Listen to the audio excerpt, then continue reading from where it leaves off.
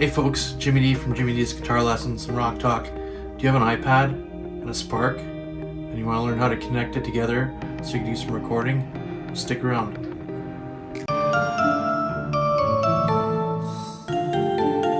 Alright, we're back. So I have my iPad here and I have GarageBand open, but before I get into that, you're going to have to learn to connect the Spark into your iPad or your iPhone. This purpose we're using the iPad here. So I have this connector here. I'll try to do a close-up. It's just a lightning cable to USB, and then I go on the back of the Spark amp where there's the USB connector and I plug it into there and I open up GarageBand. So this is the cable that you need. So there's your USB and here's your lightning. You know, just local store or Amazon.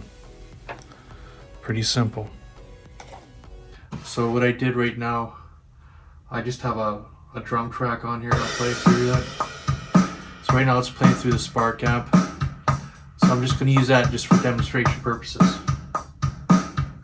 Turn that off. Now, if you want to add your guitar, gonna have to hit the plus sign on the iPad and go to your audio recorder where it says voice. So click on voice, and now you'll see that we're in the app, and it should be working. Okay, I just had to put some volume there. So you might think it's picking up the volume from with the microphone that's built in, but I'll turn my amp down to show you that I still get signal through there. Okay, so I'll just turn up a little bit.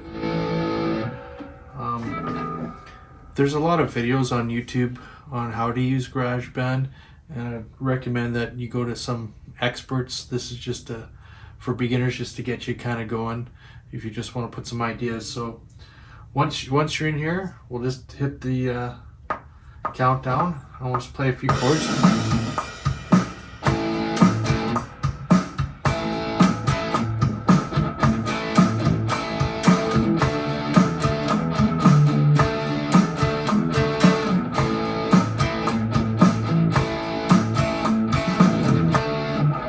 So you can see I kind of screwed up the beginning there, but here's a playback.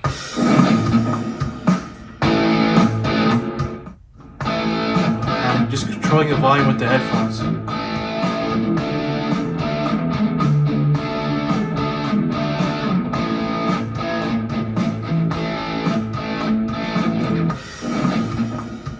So what I'm going to do a riff again. So I'm just going to go back and hit the record, and I'll just play a little riff, and then we'll do a little track 2 solo over top of there. Then we'll kind of mix the levels to see where we're at. Let's try that.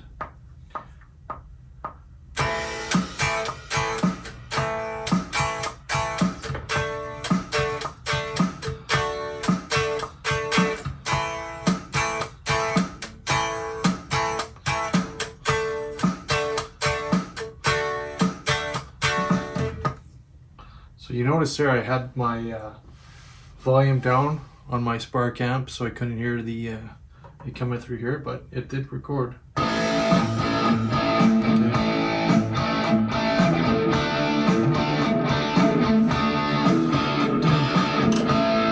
So now I notice that the guitar is just a little loud.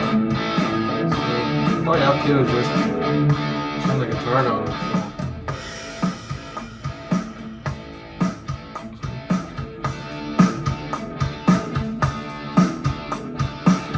It's kind of cool. Well, we're going to add another track.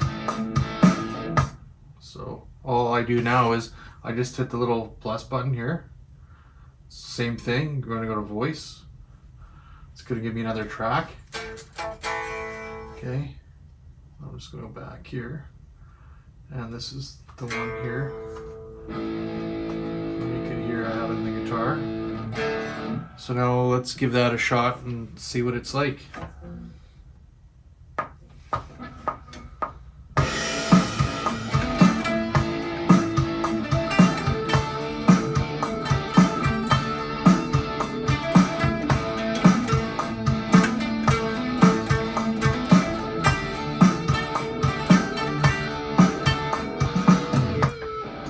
So now we have 2 guitar tracks on there and the drum track.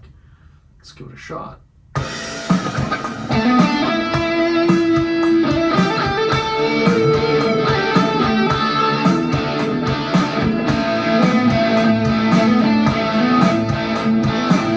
can adjust the sound on your mix. This is just sponsor. So that's pretty basic. Like I say, you just need this cable, and I'll do a little close up on it. Your GarageBand I use on the iPad. Your Spark. You could do millions of things with this. You could add bass. You could add keys to it. Next week I'll probably do how to hook up this audio controller to it so you play keyboards. You could even hit the drum pads on there. But it's cool. Has anyone here ever recorded on GarageBand? If you have, let me know in the comments below. If you like this video, please give it a thumbs up, subscribe, and take care and rock on. Yeah.